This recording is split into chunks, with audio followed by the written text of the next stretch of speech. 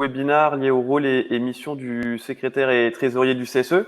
Donc, avant de présenter, donc moi je m'appelle Alban, je suis un des cofondateurs de Lito. En deux mots, Lito, c'est une solution pour les CSE qui vise à les aider dans leur mission et notamment sur tout le pan avantages salariés pour tout ce qui peut être subvention, catalogue, pour tout ce qui est aussi communication. Et on fait une petite série de webinars sur différents sujets liés au rôle du CSE, ses missions. Et comme les rôles de trésorier et secrétaire sont assez importants, on s'est dit que c'était intéressant de faire ce webinar. Aujourd'hui, avec nous, on a Raphaël qui est trésorier au CSE d'Algolia. Et Kader, je vous laisse peut-être vous présenter. Oui, bien sûr. Salut à tous. Donc moi c'est Raphaël. Je suis engineering manager chez Algolia. Algolia qui fait des moteurs de recherche. Et je suis trésorier du CSE depuis 2017, quelque chose comme ça. Voilà. Bonjour, je suis Kader Sissoko, donc je suis avocat au barreau de Paris spécialisé en droit social. J'accompagne les CSE depuis quelques années maintenant et donc je les accompagne en appui conseil. Et c'est un plaisir d'animer ce webinaire qui porte sur un sujet essentiel. Ça porte sur les deux éléments clés du fonctionnement du CSE. Parfait, merci à vous deux. Avant de commencer, je rappelle juste comment fonctionne Lifestorm pour ceux qui connaissent pas. Donc en haut à droite, vous avez 4 modules, un module de chat où vous pouvez échanger avec nous. Si vous avez des questions, il y a un module spécifique où vous pouvez nous les poser et on essaiera d'y répondre soit pendant la présentation, soit à la toute fin. Il y a aussi un sondage où on vous a posé quelques questions sur les rôles et secrétaire et trésorier. N'hésitez pas à répondre, comme ça alimente la discussion et ça permet derrière de rebondir sur les différentes stats. Donc c'est tout, j'ai dit 4, en fait il y a 3 parties. Donc voilà, n'hésitez pas à échanger avec nous tout au long de la discussion. Le but c'est que ce soit collaboratif et qu'on réponde à vos questions au fil de l'eau.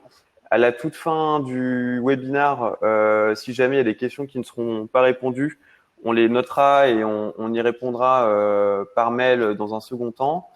Et enfin, si jamais vous avez des collègues ou élus CSE qui n'ont pas pu joindre au webinaire, sachez qu'il sera disponible en rediffusion, donc vous pourrez le partager. On commence peut-être la présentation, Kader. Très bien. Alors, propos liminaires, juste avant de commencer, on le disait tout à l'heure, le trésorier et le secrétaire du CSE sont les deux membres clés de la délégation du personnel au comité social et économique, puisque c'est comme ça que c'est défini, en plus de l'employeur. Donc, la posture qu'ils doivent prendre doit nécessairement intégrer les positions politiques de tous les élus, parce que c'est un organe politique avant tout, mais surtout intégrer aussi l'aspect institutionnel, puisqu'ils sont censés représenter la délégation du personnel au comité social et économique auprès de l'employeur et des experts.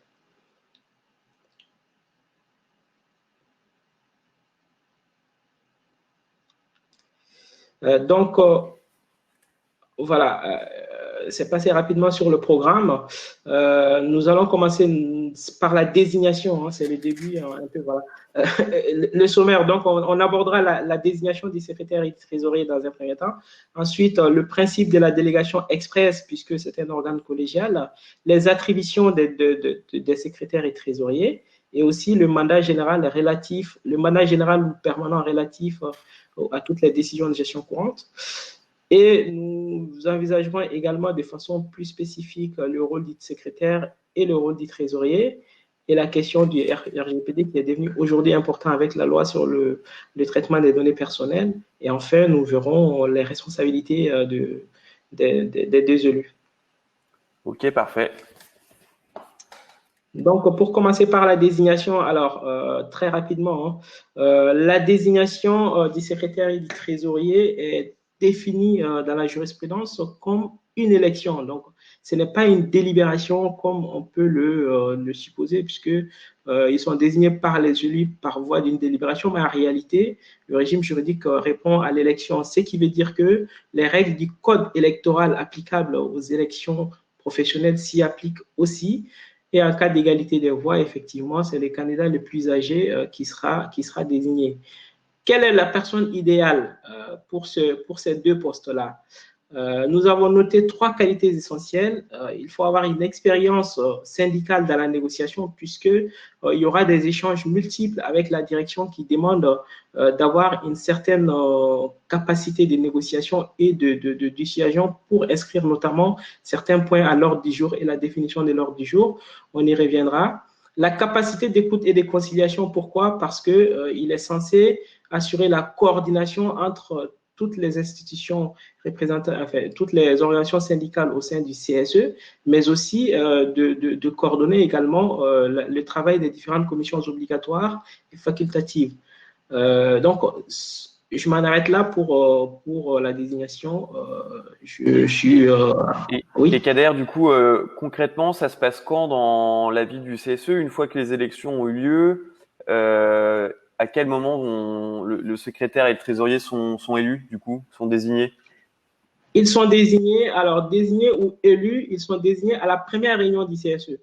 Parce que le CSE vient d'être mis sur place. Il faut désigner ces 2 personnes pour commencer le travail immédiatement. Cette première réunion, on en a déjà discuté, est organisée par l'employeur, parce que par définition, il n'y a pas encore de règlement intérieur qui est voté. Ils sont désignés à ces moments-là et c'est là que le secrétaire et les trésoriers, ce sont 2 binômes qui fonctionnent ensemble tout le long du fonctionnement du CSE, vont travailler en élaborant ensemble le règlement intérieur qui va déterminer les rôles respectifs des 2. Et du coup, Raphaël, tu peux peut-être nous partager un peu ton expérience, comment ça s'est passé dans le CSE d'Algolia, comment vous vous êtes choisi entre toi et le secrétaire? Bien sûr. On en a discuté tout simplement en meeting avec tous les titulaires et suppléants. On a demandé qui voulait se proposer pour tel poste. Sauf que, par définition, comme c'était un nouveau CSE et que c'était nouveau pour tout le monde, on savait pas à quoi s'attendre ou ce qu'on devait faire. Donc, on a appris un peu sur le tas après. Et c'est souvent comme ça que ça se passe pour les nouveaux CSE. Donc, c'est pas mal d'avoir ce genre de présentation pour expliquer un peu les rôles et les choses à faire. Donc voilà, on a discuté entre nous et ensuite, lors de la première réunion, on a fait un vote. Et de toute façon, il n'y avait pas beaucoup de candidats, donc c'était assez simple de choisir. Ok. Et juste un petit point sur l'expérience syndicale. C'est vrai que c'est un plus, mais je dirais que c'est pas une qualité requise. C'est pas quelque chose d'obligatoire pour être soit secrétaire, soit trésorier. Et surtout, encore une fois, dans les petites structures, les nouveaux CSE, il y a très peu de syndicats ou d'employés avec une expérience syndicale.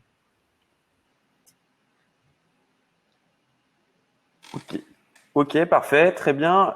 Kader, du coup, tu voulais faire un petit point sur le principe de délégation express? Oui, parce qu'effectivement, dans le fonctionnement du CSE, on a tendance à comprendre, surtout les prestataires avec lesquels ils contractent, on a tendance à croire que le secrétaire est le représentant légal à l'image du directeur général d'une entreprise. Ce n'est pas le cas. Le secrétaire et les trésoriers ne sont pas des représentants légaux puisque par définition, le CSE est un organe collégial qui prend des décisions collégiales. Ce qui suppose effectivement qu'ils ne peuvent pas prendre des décisions importantes sans y être autorisés par les élus. Ils ne peuvent pas non plus recevoir de mandat particulier pour telle ou telle chose sans une délibération préalable, mais surtout sans y être autorisés par le règlement intérieur qui définit leurs rôles respectifs. Concrètement, qu'est-ce que ça veut dire? Les prestataires peuvent bien évidemment contracter avec le secrétaire sans savoir une entreprise de prestation de services, sans savoir, et si elle n'a pas pris les précautions nécessaires, qu'il y a une délibération qui existe. Ça pose des difficultés puisque le secrétaire n'a pas le droit de le faire, sauf s'il y a une autorisation préalable, soit dans le règlement intérieur ou par délibération express. Donc, on y reviendra par la suite. C'est le principe de délégation express qui fait que c'est le CSE qui est l'organe décideur et qui donne cette autorisation au secrétaire. Il n'agit que dans ces cadres-là. Ouais, c'est un point super important et même plus globalement, je dirais au CSE, le secrétaire et le trésorier sont pas des PDG d'une boîte et qui gèrent des employés. Sont pas des boss et ils n'ont pas plus de pouvoir de décision qu'un titulaire normal. J'ai eu une conversation la dernière fois suite au dernier webinar de Lito avec une titulaire qui me demandait, qui avait pas de rôle et qui me demandait si elle pouvait proposer des initiatives, des choses comme ça. Et en fait, oui, le secrétaire n'a pas à dire non, il n'a pas plus de vote ou de pouvoir de veto que n'importe quel titulaire.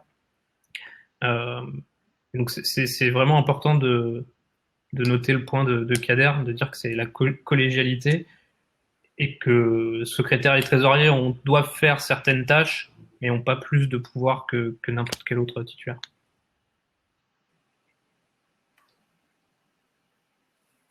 Et du coup, sur les attributions, Kader, des trésoriers et secrétaires? Oui, voilà. Ils n'ont pas effectivement de pouvoir propre, mais ils ont des attributions qui sont définies par le Code du travail. Concernant le secrétaire, il y a deux attributions essentielles. Il arrête, c'est pour ça que je vais rejoindre un peu là-dessus Raphaël, il arrête conjointement l'ordre du jour des réunions avec le président. Ça ne veut pas dire qu'il définit seul, mais il l'arrête. Ce qui suppose que chaque élu peut lui envoyer des propositions à inscrire à l'ordre du jour. Effectivement, j'ai beaucoup d'interrogations là-dessus où des élus nous disent nous sommes dans l'opposition, on n'a plus rien à faire tout ce qu'on veut dire n'est pas entendu. Il faut savoir que le CSE, je reviens encore là-dessus, est un organe collégial et donc chaque élu est une partie décidaire de la délibération qui peut être prise. Et donc, chaque élu au CSE peut proposer des points à inscrire à l'ordre du jour au secrétaire, qui d'ailleurs n'a pas le droit de les refuser, mais il peut les refuser pour telle ou telle raison, et le refus peut être discuté entre les deux. Il rédige, signe et diffuse le PV du CSE.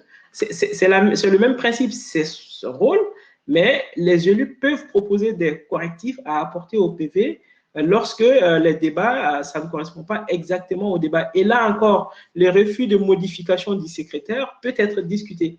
Donc, ces attributions sont encadrées dans l'esprit des collégialités qui domine le fonctionnement du CSE.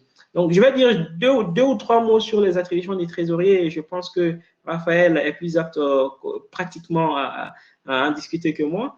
Le trésorier, effectivement, exerce ses attributions dans le cadre de la loi sur la transparence des comptes du CSE. Donc, il établit les budgets prévisionnels avec l'expert comptable et prépare les comptes rendus de gestion et les comptes rendus de fin de mandat pour les 4 ans. Donc, je laisse Raphaël développer ce point si Ouais.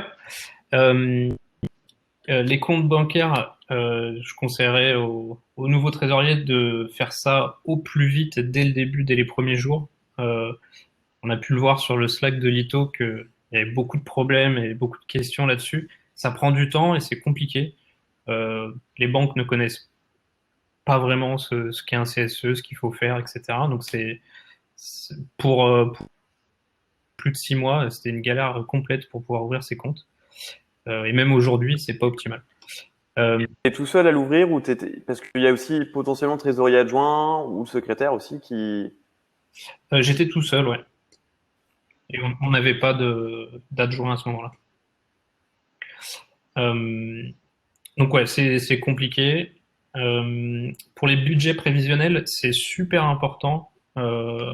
Ça nous aide de faire ça au début d'année et ça va nous aider tout au long de l'année pour envisager ce qu'on peut faire ou ce qu'on peut pas faire.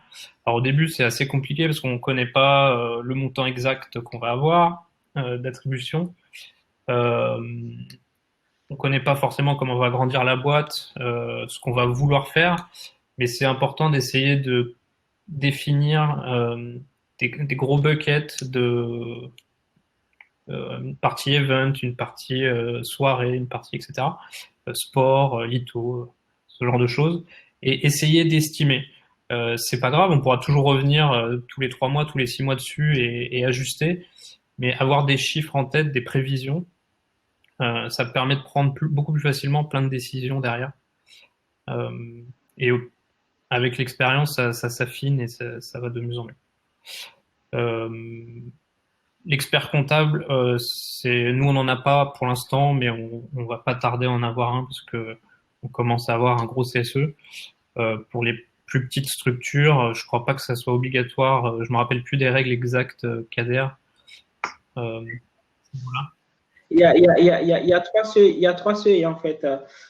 Effectivement, pour les plus petites structures qui n'ont pas un budget supérieur à 153 000, nous avons ce qu'on appelle le principe de comptabilité simplifiée. Et donc, tout le monde peut le faire si on a des notions comptables.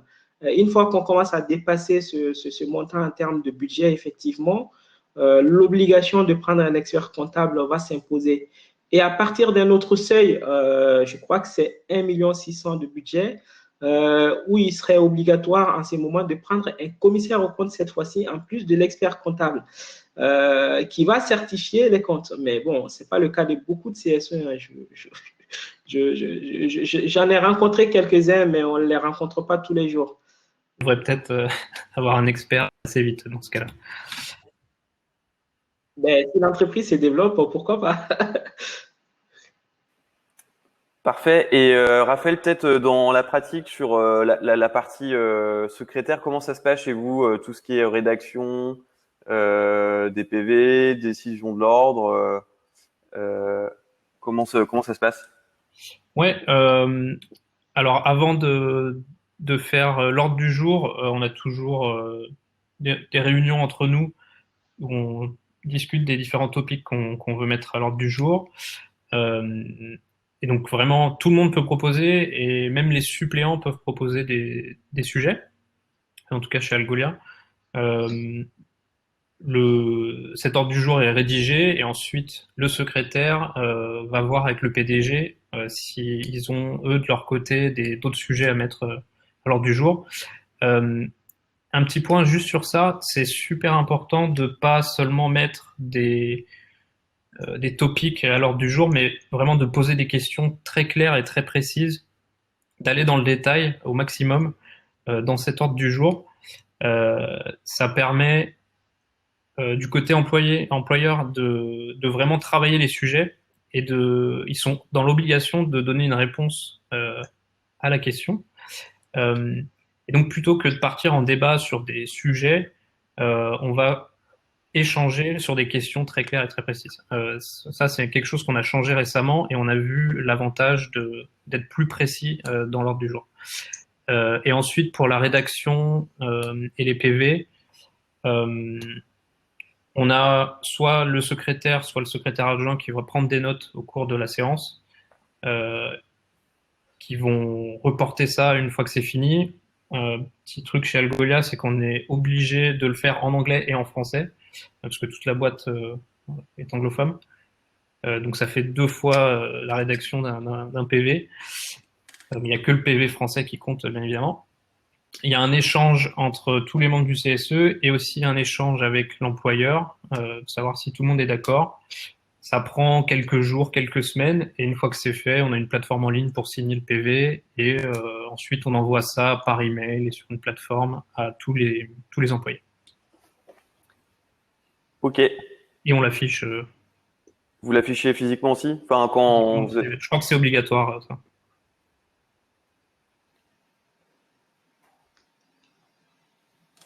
Parfait, Kader, tu voulais faire une petite précision sur tout ce qui est attribution générale? Oui, attribution générale. Alors, effectivement, en dehors des attributions légales, maintenant, c'est le règlement intérieur qui va organiser ce que le secrétaire peut faire ou pas, ce que le trésorier peut faire ou pas, dans quel cadre et dans quelles limites. Parce que la loi laisse le champ au règlement intérieur de le faire. Attribution générale, délégation générale, mandat général. Un mandat, c'est l'autorisation que vous lui avez accordée. Par exemple, dans votre délibération ou dans le règlement intérieur, vous direz le secrétaire est celui qui va assurer la liaison avec l'avocat, par exemple. Dans ce cadre-là, il peut signer la convention d'honoraires, il peut signer tel ou tel contrat, il peut signer tel ou tel contrat. Il y a deux modalités, il y a deux façons de penser. La première, c'est de dire on va lui donner une délégation de pouvoir général pour signer tous les actes contractuels engageant le CSE. Certains l'ont fait. Est-ce que c'est efficace ou pas? Ça dépend du mode de fonctionnement. Par contre, d'autres vont lui accorder tout simplement la délégation pour signer des actes précis en dehors desquels il ne pourra pas signer un contrat ou même une convention engageante sans une délibération du CSE. Quel est l'avantage d'un mandat général? C'est que le secrétaire peut agir rapidement dans les rapports avec l'expert comptable ou les autres experts qui interviennent. L'avantage de cela dans certains CSE où le fonctionnement est très lourd, pour parvenir à avoir l'avis favorable de toutes les organisations syndicales, puisque beaucoup y tiennent, on n'y arrive pas au bout d'un mois, 2 mois, 3 mois ou même au bout d'une année. Et au passage, on peut perdre la patience de son expert qui pourra partir ailleurs.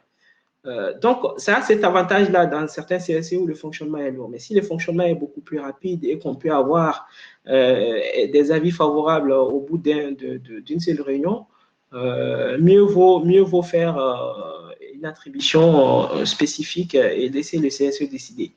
L'inconvénient, c'est que il y a un risque de désinformation.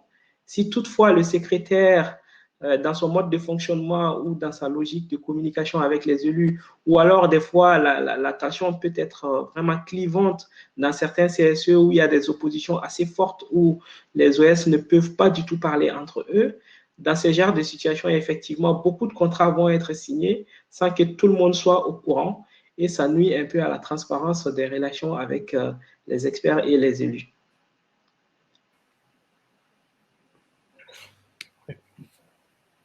Tu veux rajouter quelque chose Non, peut-être, je voulais juste dire que ce que disait Kader était absolument vrai, que ça dépendait vraiment de la taille du CSE, de comment ça se passe, s'il y a des tensions entre certains membres ou pas. Si ça se passe bien, autant être transparent et chercher le consensus et ça avancera plus vite. Après, effectivement, dans des gros CSE, peut-être qu'il faut déléguer et mettre ça dans le règlement pour laisser un peu plus de pouvoir de décision à certaines personnes pour que ça aille plus vite. Parfait, tu fais bien de préciser. Et du coup, Kader, tu voulais présenter un peu les spécificités liées aux fonctions du secrétaire? Du secrétaire, oui. Alors, donc dans cet esprit, le secrétaire, donc en pratique, c'est lui qui va assurer les liaisons avec les tiers. Il va assurer la coordination des travaux des commissions et les échanges avec les élus du CSE. L'importance des réunions préparatoires, Raphaël le soulignait tout à l'heure, les réunions préparatoires vont servir vraiment à définir précisément l'ordre du jour dans un fonctionnement collégial. Donc, les élus qui ont des questions individuelles et collectives peuvent les poser.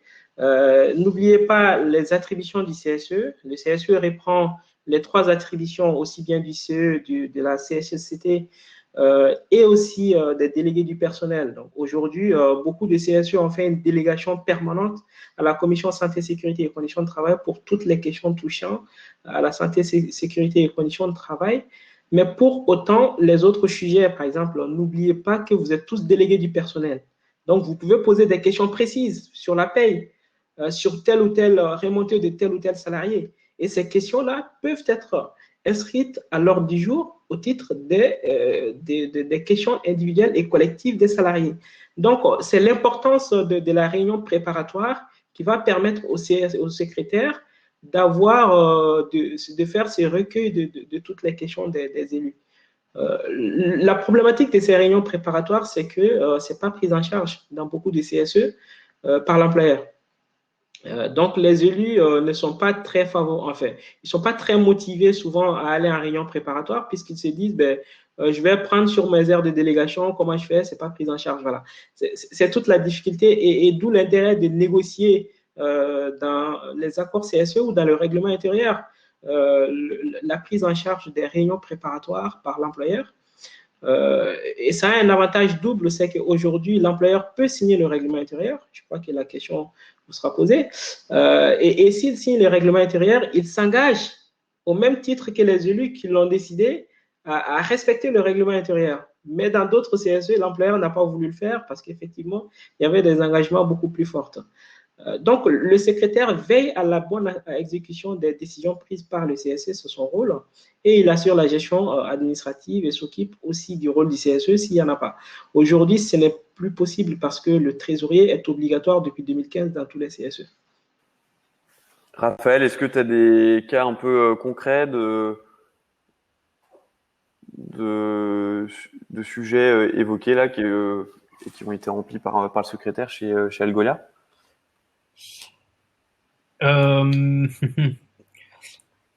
Par exemple, sur les heures de délégation, c'est un bon point. On a pas mal la question, est-ce que par exemple un trésorier et un secrétaire qui du coup ont des tâches qui sont du coup un peu plus chronophages que les autres élus, est-ce qu'ils ont le droit à des heures de délégation supplémentaires? Comment ça se passe concrètement? Alors, chez Algolia, on ne compte pas les heures de délégation, donc on ne fait pas attention. Par contre, on a mis au règlement récemment que les suppléants avaient autant d'heures de délégation que les titulaires, et l'employeur était d'accord pour ça, ce qui n'est pas le cas par défaut. Donc ça nous a permis d'avoir plus d'heures virtuellement de travail pour les suppléants. Qu'est-ce que je peux dire d'autre? Encore une fois, le rôle du secrétaire est important pour organiser et mettre en place cette réunion préparatoire qui va leader un petit peu le reste et qui va assurer la qualité derrière de la réunion plénière avec l'employeur. Voilà. Par contre, pour le dernier point, s'occuper des comptes, c'est pas l'adjoint qui fait ça par défaut? Kader? Non, par défaut, c'est le secrétaire parce qu'en fait, les adjoints n'ont pas d'attribution propre. Ils ne sont là que pour remplacer les secrétaires et trésoriers en leur absence. Mais le règlement intérieur peut le définir autrement. Hein. Le règlement intérieur il y a une large possibilité de définir les rôles dans le règlement intérieur. Mais justement, sur la question des adjoints, alors, la question se pose souvent de savoir est-ce qu'il faut mettre à la fonction d'adjoint les suppléants. C'est logique parce que naturellement, si le titulaire n'est pas là, le suppléant assure son rôle. Donc, il est beaucoup plus logique de mettre au poste d'adjoint le suppléant du secrétaire ou du trésorier. Mais la difficulté va se poser s'il faut remplacer définitivement le secrétaire, parce que souvent, en cours de mandat, les secrétaires démissionnent parce qu'ils n'en peuvent plus, ou alors on va provoquer leur révocation puisque certaines décisions sont imposées et qui ne conviennent pas à tout le monde. S'il y a ce genre de cessation de mandat, le suppléant va le remplacer définitivement. Mais en fait, le suppléant ne peut pas remplacer sur une longue période sans être titulaire, puisqu'il n'y a que le titulaire qui peut occuper le poste. Donc, ça pose une vraie difficulté si on met au poste de suppléant, enfin d'adjoint les suppléants. Donc, on peut avoir tout intérêt en ce moment à placer des titulaires à ces postes-là pour pallier à ces difficultés. Parfait. Kader, petite question de Raphaël sur le chat, sur le règlement intérieur. Est-ce qu'il y a des limites légales sur ce qui peut être ajouté au règlement? Il y a un exemple donné, par exemple, sur un heure de délégation qui pourrait être supérieur à la normale. Supérieur à la normale, alors je le disais tout à l'heure, hein, logiquement, la définition des heures de délégation, c'est fait dans les accords. Donc, c'est l'accord sur le CSE qui va définir le nombre d'heures de délégation dont bénéficient certains, si c'est du supralégal, puisque la loi précise les heures de délégation. Mais si le règlement intérieur est signé par l'employeur et que vous fixez des heures de délégation en plus, en ce moment, il sera obligé de les payer parce qu'il signe le règlement intérieur et donc il s'engage à le respecter. J'ai vu beaucoup de présidents qui ont refusé de signer le règlement intérieur justement pour ces raisons-là, pour ne pas avoir à prendre des décisions, des engagements supplémentaires. Et donc, qu'est-ce que dit la loi? C'est que le règlement intérieur ne peut pas avoir pour objet d'engager plus l'employeur que ce que la loi ne le fait. Et s'il ne le signe pas, effectivement, il n'y aura pas d'aire de délégation autre. Mais il n'y a pas de limite, je ne connais pas de limite légale qu'on peut accorder au supralégal. Il y a d'autres questions. Désolé, hein, j'arrive pas à suivre. On reviendra dessus à la fin, t'inquiète pas, Kader. Du coup, on peut passer sur la fonction de trésorier et continuer à poser des questions. On les répondra à la fin pour les participants. Ben, je laisserai Raphaël développer, comme ça je viens compléter ses propos, si bien sûr. il veut bien. Donc, une grosse partie du fonction du trésorier, ça va être la gestion courante des comptes, donc encaissement, décaissement. Tous les jours, toutes les semaines, il y a plein de virements dans tous les sens et il faut réussir à suivre ça. Il y a aussi, effectivement, donc ça c'est la partie journalière du boulot du trésorier. Il y a vérifier effectivement les subventions. Ça c'est un gros travail aussi du trésorier. S'assurer que on reçoit bien les subventions dans les temps et que ça correspond bien à ce qui était mis dans actuellement le règlement. Pour le budget de fonctionnement et le budget des ASC. Côté Algolia, ce qu'on fait, c'est que on se réunit tous les trimestres avec la compta d'Algolia. On calcule chacun de notre côté les subventions qu'on devrait recevoir pour être sûr qu'on est bien aligné et de corriger si besoin. Et une fois que c'est validé, on reçoit les subventions. Faut-il prévoir un plafond de montant des actes de décaissement? Je pense que ça c'est très important, notamment au niveau de la transparence par rapport au reste du CSE. Maintenant, on ne peut pas non plus s'amuser à faire devoir valider avec tout le bureau du CSE dès qu'il y a une opération. Sinon, on passerait sa vie à poser à demander au reste du CSE. Donc chez Algolia, nous ce qu'on a fait, c'est qu'on a jusqu'à 1 000 euros, on a mis ça dans le règlement justement. Jusqu'à 1 000 euros, le trésorier peut décider d'opération, de virement. Et au-dessus de ce montant, doit y avoir une deuxième personne pour valider une opération au-dessus de 1 000 euros. Ça, c'est pareil. Je pense que c'est une bonne pratique. C'est à ajuster en fonction du niveau du CSE, bien sûr. Mais ça permet d'être flexible, mais à la fois d'être transparent avec le reste du CSE pour éviter qu'il y ait des problèmes. Relation avec l'expert comptable, là je peux pas trop en parler. Encore. Parce qu'on n'en a pas, mais ça va venir très très vite. Donc peut-être Kader, je peux te laisser sur la question de l'expert comptable. Oui, la question de l'expert comptable, effectivement. Si vous n'êtes plus assujetti, en fait, si vous ne respectez plus la comptabilité simplifiée, c'est-à-dire que votre budget dépasse ou vos ressources financières dépassent les 153 000 euros. En ce moment, vos comptes doivent être établis avec l'expert comptable. La question est importante parce que c'est l'expert comptable qui va vous permettre de bien élaborer le budget qui va être accepté par l'employeur. Parce que le budget est calculé sur la masse salariale, X euros, X% de la masse salariale. Mais on ne le connaît pas en avance. Donc, on peut, pour avoir les avances facilement, il faut avoir quelque chose qui est bien établi par l'expert comptable et bien ficelé. C'est important d'autant plus pour les expertises parce que il y a une expertise dans les expertises obligatoires, la stratégique. Vous savez qu'il y en a 3 aujourd'hui, hein. La stratégique est prise en charge à 20% par le CSE, 80% par l'employeur. Mais légalement, le CSE peut demander à l'employeur de tout financer si son budget ne le permet pas. Et donc, un bon montage budgétaire avec l'expert comptable va vous permettre de dire à l'employeur, ben, écoutez, mon budget ne me permet plus de financer cette expertise, donc je vous demande de financer à 100%. Seulement, la précision, c'est que vous ne pouvez pas le faire si vous avez fait une utilisation des reliquats budgétaires. C'est pour ça que je pose beaucoup la question à mes clients.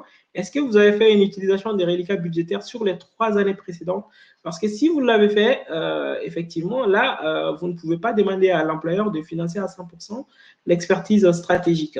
Avant de prendre cette décision-là, assurez-vous que vous avez des réserves suffisantes sur le budget fonctionnement qui vous permettent de ne pas avoir de difficultés lorsque vous allez recourir à l'expertise stratégique.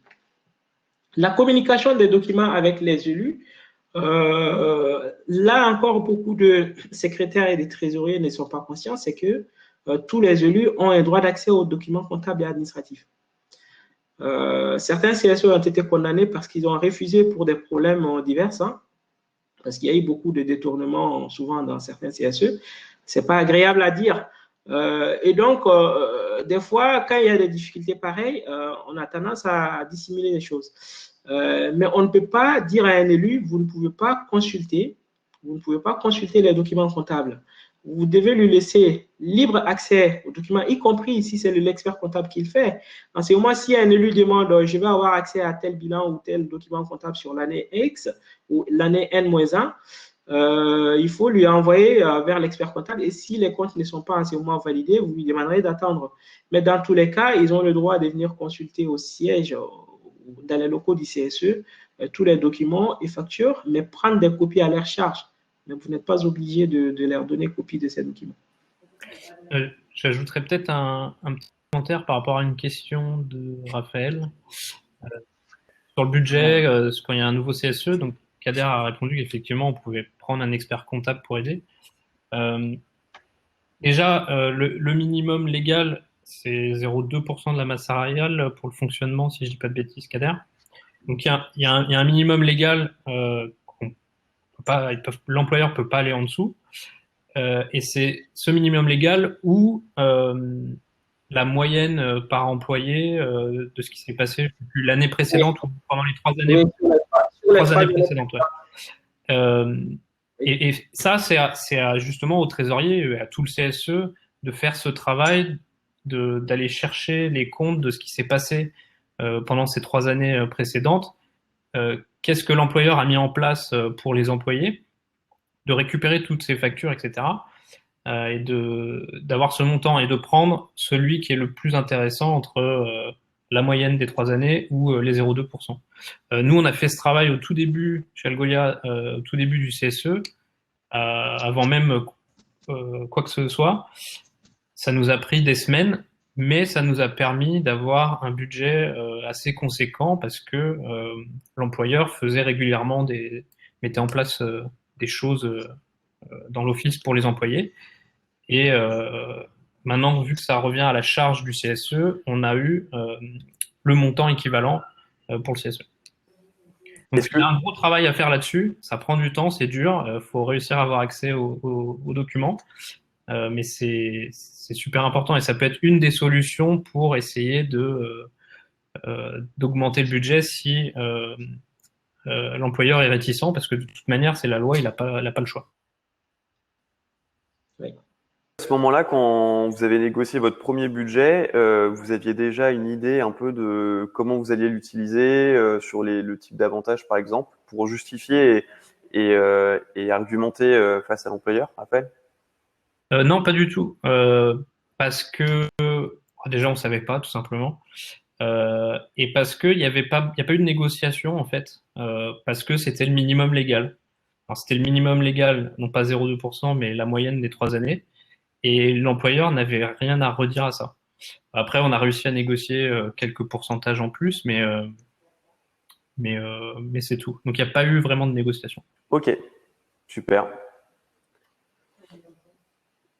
Du coup, Kader, tu voulais faire un petit point sur tout ce qui est RGPD et le rôle du coup des secrétaires et trésoriers dans ce cadre-là? Tout à fait, oui. Le RGPD, alors, ce qu'il faut comprendre, c'est que les CSE ont les mêmes obligations que les entreprises dans le traitement des données personnelles. La CNIL, donc la Commission nationale informatique et liberté, a fait une tolérance administrative pour les comités d'entreprise et les associations. Mais pour autant, le règlement est une référence européenne, donc ça ne vous dispense pas d'assurer une garantie de traitement. En application de ce règlement, vous avez l'obligation de désigner ce qu'on appelle un délégué à la protection des données. En anglais, puisque le règlement a été rédigé essentiellement par les anglophones, on parle de DPO, Data Protection Officer. Est-ce qu'il faut désigner le secrétaire ou le trésorier à ce poste? Beaucoup se sont interrogés là-dessus, mais vu déjà toutes les prérogatives qui sont les leurs et les occupations, cette fonction n'est pas adaptable à la fonction des secrétaires et trésoriers, mais rien ne vous dispense de le faire. Non, rien ne vous empêche de le faire. Puisque vous avez deux types de données que vous traitez. Les données des élus, pour l'exercice de leurs prérogatives et pour les diverses prises en charge des frais et autres, vous allez les demander des données sur leur adresse, sur leur identité, sur un certain nombre de choses. Et puis les données des salariés dans le cadre de la gestion des ASC, ou pour accorder tel ou tel avantage à tel salarié, vous lui demanderez des indications sur la composition du foyer familial, sur des éléments relatifs à sa vie. Ces données-là, vous devez les protéger. Or, la fonction des DPO est une fonction vraiment prégnante, avec beaucoup de responsabilités. Nous allons parler de la responsabilité après, avec beaucoup de responsabilités, puisqu'il faut assurer à la personne propriétaire des données la possibilité d'exercer un droit de rectification, un droit de suppression, conformément au référentiel RGPD. Et d'ailleurs, ce référentiel fixe beaucoup de normes pour la gestion stricte des données. Donc, c'est un travail très prégnant. Je ne conseille pas beaucoup de désigner le secrétaire à cette fonction. Mieux vaut prendre un expert qui va vous couvrir en termes de responsabilités. Fait comment vous, du coup, est-ce que déjà ça a été mis en place comme vous êtes un tout jeune CSE ou pas encore ou... Non, honnêtement, je ne savais pas que c'était obligatoire. C'est assez récent, Kader? C'est assez récent pour tout le monde d'ailleurs. Le règlement date de 2016. Même beaucoup d'entreprises ne sont pas encore à jour, hein, je vous rassure. Et la CNIL, effectivement, a fait cette tolérance-là pour les comités d'entreprise à l'époque. Aujourd'hui, c'est les CSE. Mais juridiquement, vous êtes quand même obligé de faire cette protection-là, puisque vous, par définition, vous traitez des données des salariés. Donc, il faut un DPO. Mais vous pouvez toujours vous baser sur la tolérance de la CNIL. Je ne pense pas qu'il y aurait des sanctions pour ceux qui ne l'auront pas fait. Mais si on veut faire les choses vraiment bien, mieux vaut avoir quelqu'un qui va, parce que demain, on ne sait pas ce qui va prendre comme tournure la législation sur la protection des données qui devient de plus en plus importante. Donc, ouais, ok. Donc, non, on n'a pas de DPO. Par contre, on est conscient et on connaît bien le RGPD, donc on fait attention. Je crois d'ailleurs qu'on avait échangé à ce sujet avec Lito. Ouais, exactement. Oui, après, il y a aussi un jeu de sous-traitant dans le cas des RGPD où le CSE est un sous-traitant des ressources humaines et utilise aussi des outils pour lesquels nous, on est sous-traitant d'une partie de ces données. C'est vrai que ça fait un jeu de pyramidal qui est un peu compliqué à suivre, mais ok. Donc, ouais, quand on prend un prestataire, on fait attention et on lit vraiment le contrat précisément et on demande des modifications au contrat quand ça concerne les données personnelles pour que ça soit le plus safe possible. Parfait. Et il me semble que sa dernière partie, sur la partie responsabilité, donc pas forcément liée que à la partie RGPD. Oui, responsabilité de façon générale, oui. Donc, de façon générale, le secrétaire et les trésoriers peuvent automatiquement, mais peuvent engager leurs responsabilités dans l'exercice de leurs fonctions. Ça l'aide d'autant plus depuis les réformes, hein, parce qu'avant, il n'y avait pas beaucoup d'actions en justice contre les anciens secrétaires et les anciens trésoriers. Mais aujourd'hui, avec des changements d'équipe au sein des structures, avec des orientations politiques des uns et des autres, on se retrouve avec de plus en plus d'actions en justice à l'encontre des anciens. C'est essentiellement les anciens secrétaires et trésoriers qui sont attaqués par la nouvelle équipe. Quel type de responsabilités peuvent-ils engager? Ils peuvent engager les responsabilités civiles pour le non-respect, par exemple, des dispositions légales. Si le secrétaire se dispense de rédiger le procès verbal, il engage bien évidemment sa responsabilité vis-à-vis des élus parce que c'est une obligation légale.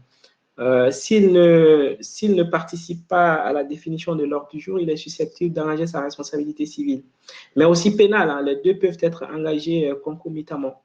Ou alors, en cas de faute détachable de ses fonctions, qu'est-ce que ça peut être? On a parlé tout à l'heure de délégation express. Ça veut dire que sans y être autorisé, le secrétaire va signer un acte juridique engageant le CSE. Là, il engage sa responsabilité civile. Et c'est une faute détachable puisqu'il n'en avait pas le droit.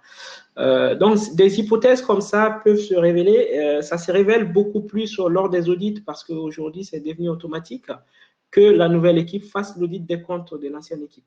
Et en général, les résultats d'audit restituent des engagements qui ont été exécutés sans être pris en CSE ou des contrats qui ont été exécutés par les trésoriers ou les secrétaires sans être pris en CSE. Et là, la question de la poursuite se pose. Et effectivement, on peut aller chercher sur le patrimoine personnel du trésorier ou du secrétaire qui aura engagé telle ou telle ressource sans l'autorisation du CSE. Donc, il faut le savoir. C'est pas très agréable. Sur le plan pénal, il y a deux types de poursuites qu'on peut engager contre eux. C'est d'abord le délit d'entrave. Toute entrave au fonctionnement normal du CSE ou à la libre exercice des droits des élus peut être susceptible d'être poursuivi devant le juge pénal. L'entrave peut être notamment le refus d'inscrire une réclamation individuelle à l'ordre du jour sans être justifiée. Parce que l'élu est aussi délégué du personnel. L'entrave peut être le fait de ne pas rédiger les procès-verbaux dans les délais légaux. On sait que le procès-verbal doit être rédigé dans un délai de 15 jours après la réunion. J'ai envie de dire 80% des CSE sont en retard sur la rédaction des PV lorsqu'un prestataire externe n'est pas pris. C'est les constats en tout cas qu'on fait. L'entrave peut être liée aussi au refus d'accès, au refus de communication aux élus des informations administratives et comptables. L'abus de confiance est l'autre aspect du manquement constitutif de faute détachable parce que si on outrepasse les prérogatives qu'on a légalement et qu'on outrepasse le mandat qu'on nous a accordé, c'est qualifiable d'abus de confiance et effectivement d'être poursuivi aussi bien devant la juridiction civile que devant la juridiction pénale. Donc, ce sont ces deux types de recours essentiellement qui sont exercés contre le secrétaire et les trésoriers, dont beaucoup n'ont pas conscience pendant leur mandat. Hein. C'est pour ça que il faut bien rédiger les règlements intérieurs, il faut bien faire les délégations, il faut bien lister les types d'engagements que le secrétaire ou les trésoriers peuvent faire sans délibération, les types d'engagements pour lesquels ils doivent obtenir une délibération préalable. Et aussi, c'est conseillé aujourd'hui de faire un audit, mais ce n'est pas automatique, mais c'est conseillé en début de mandat parce que ça va permettre de se fixer à un instant T de ce qui a été fait avant et de ce que nous devons faire par la suite sans pour autant que ça soit dans une logique forcément judiciaire. Et Kader, durant le mandat, est-ce qu'un trésorier et un secrétaire peuvent être révoqués? C'est possible ça, une révocation C'est possible de les révoquer. C'est possible de les révoquer parce que la révocation, contrairement à l'élection, est considérée comme un acte d'administration. Ça veut dire que on peut proposer à l'ordre du jour par la majorité des élus. Hein. Il y a deux types des possibilités d'arrêter l'ordre du jour. C'est arrêter soit par le président et les secrétaires, soit par une majorité des élus. Donc, si une majorité des élus décide ou propose de mettre à l'ordre du jour la révocation du secrétaire ou du trésorier, à ce moment, on peut le révoquer. Mais par contre, attention, on peut le révoquer pas n'importe comment. Parce qu'il y a eu beaucoup de contentieux puisqu'on a révoqué certains secrétaires comme ça, puisque les décisions qu'ils prenaient menaçaient tel ou tel OS. Et il y a eu des changements de camp souvent où il y a eu une dissension dans son propre camp pour aller ailleurs et du coup, la révocation est passée. Le secrétaire peut attaquer sa révocation si elle est abusive. Donc, elle n'a pas à être justifiée, mais il faut permettre à la personne de se défendre. Donc, il faut respecter à minima ses droits de la défense. Si jamais on le révoque sans qu'il ait la possibilité de s'expliquer, donc ce qu'il faut, quand on définit l'ordre du jour, c'est de dire révocation du secrétaire ou du trésorier. Point avant, on met parole au secrétaire ou au trésorier pour s'expliquer sur les motifs de la révocation. Donc, on lui donne les motifs de la révocation, on lui dit de s'expliquer, de se défendre, et après, on prend la décision. Mais il ne faut pas prendre la décision sans lui laisser cette possibilité-là, sinon elle est susceptible d'être attaquée. Ok, très clair. Et dernière question de Raphaël qui demandait si le délit d'entrave et abus de confiance pouvait être imputé au président, donc surtout délit d'entrave en lien avec le rôle du CSE du coup. Oui, le délit d'entrave peut être imputé au président. Dans 90% des cas, c'est le président qui est attaqué pour délit d'entrave. En général, quand on pense délit d'entrave, on ne pense pas du tout au secrétaire ou au trésorier. Le président, par exemple, qui ne respecterait pas la composition du CSE peut être attaqué pour délit d'entrave, ou le président qui va entraver sur son rôle par rapport au secrétaire peut effectivement être attaqué, ou le président qui ne paierait pas les heures de délégation qui refuserait de payer les heures de délégation peut être attaqué pour dire non. C'est le président qui est en général attaqué, mais l'abus de confiance beaucoup moins, parce que l'abus de confiance se réfère pratiquement à l'usage qu'on fait du budget. Comme ce n'est pas le président qui gère le budget du CSE, je vois très mal comment on peut l'attaquer pour abus de confiance. Ok, super. Kader, moi si je me trompe, mais je crois que l'employeur ne peut pas attaquer le CSE. Par contre, les membres du CSE entre eux, ou souvent sur les anciens CSE, peuvent mettre en place ces délits. Oui, effectivement. Non, l'employeur ne peut pas attaquer le CSE. D'ailleurs, c'est un non-sens, mais les membres du CSE, j'ai eu des actions où, par exemple, un élu qui se sentait un peu lésé, il se disait, bon, il y a de la discrimination à mon égard, je ne participe à aucune commission, je ne participe à aucune mission, on ne prend pas en compte ce que j'ai dit au CSE. Et donc, l'élu a attaqué le CSE pour discrimination syndicale. On a eu ce type d'action. Effectivement, les élus peuvent attaquer le CSE, mais l'employeur ne peut pas. Salarié? Mais l'employeur pourrait contester à certaines décisions qui ont été prises par le CSE. Ça, c'est différent.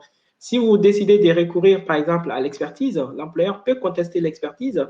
Si vous prenez des décisions pour lesquelles il n'est pas favorable, il peut contester la décision. Les salariés peuvent aussi prendre des mesures vis-à-vis du CSE ou non, ça, c'est pas possible? Des mesures, des actions. Aller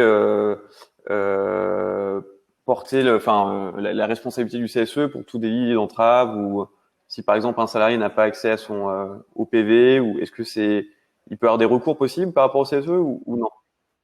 Il peut avoir des recours des salariés contre le CSE, mais pas des recours sur le plan pénal, parce que le CSE n'engage pas sa responsabilité pénale vis-à-vis des salariés.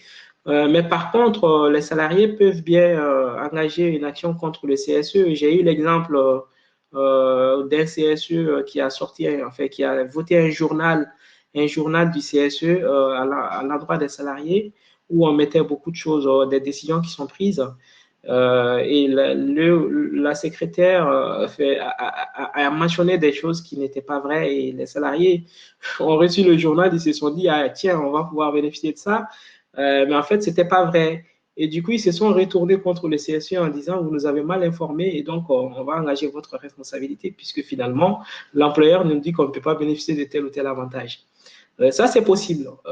Tout comme dans le cadre du RGPD, les salariés pourraient engager la responsabilité du CSE, puisque c'est le CSE qui récolte leurs données à des fins de traitement des œuvres sociales et culturelles. Et donc, si ces traitements ne sont pas conformes et qu'ils n'ont pas la possibilité d'exercer leurs droits, et effectivement, là, ils pourraient engager la responsabilité du CSE. On arrive à la fin du webinaire. Finalement, on a un peu répondu à toutes les questions au fil de l'eau. Donc, avant de conclure, je ne sais pas si Kader ou Raphaël, vous avez un petit mot de la fin pour les secrétaires trésoriers actuels ou futurs qui regarderaient le webinaire? Je vais laisser Raphaël répondre d'abord. Ça paraît compliqué, il y a plein de choses et ça paraît, ouais, il y a beaucoup de choses à faire, mais au final, si vous avez un peu de volonté, c'est vraiment très cool d'être secrétaire ou trésorier ou simple titulaire. Ça, moi personnellement, ça m'a appris beaucoup de choses. J'étais intéressé, je connaissais rien à la trésorerie, mais ça m'a permis d'apprendre beaucoup de choses légalement et sur la compta.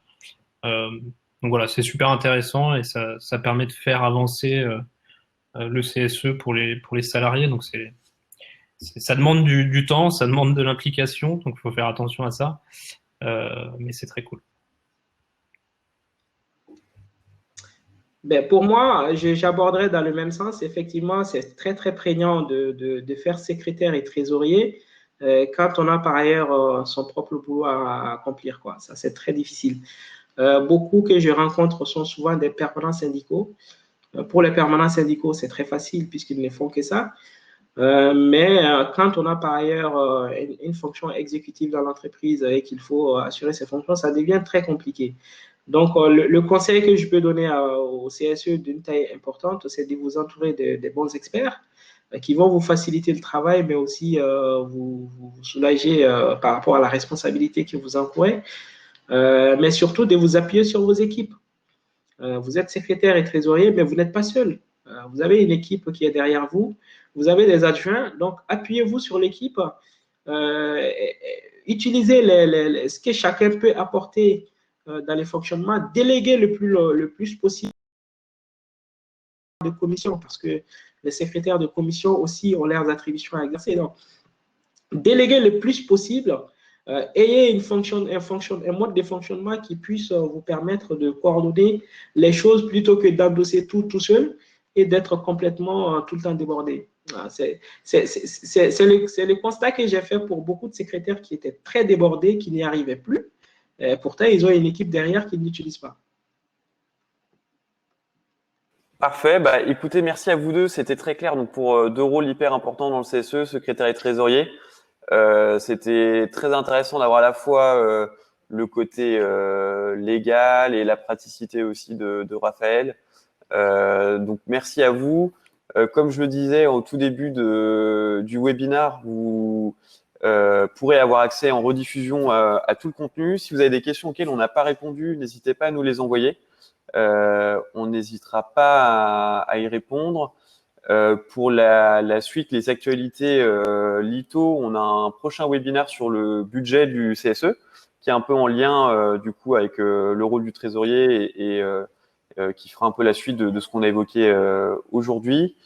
L'autre point important, c'est que sur la partie trésorerie, on lance un compte de paiement Lito donc qui sera lancé cet été. Donc si jamais ça vous intéresse, n'hésitez pas à vous inscrire. Je crois que le lien a été partagé.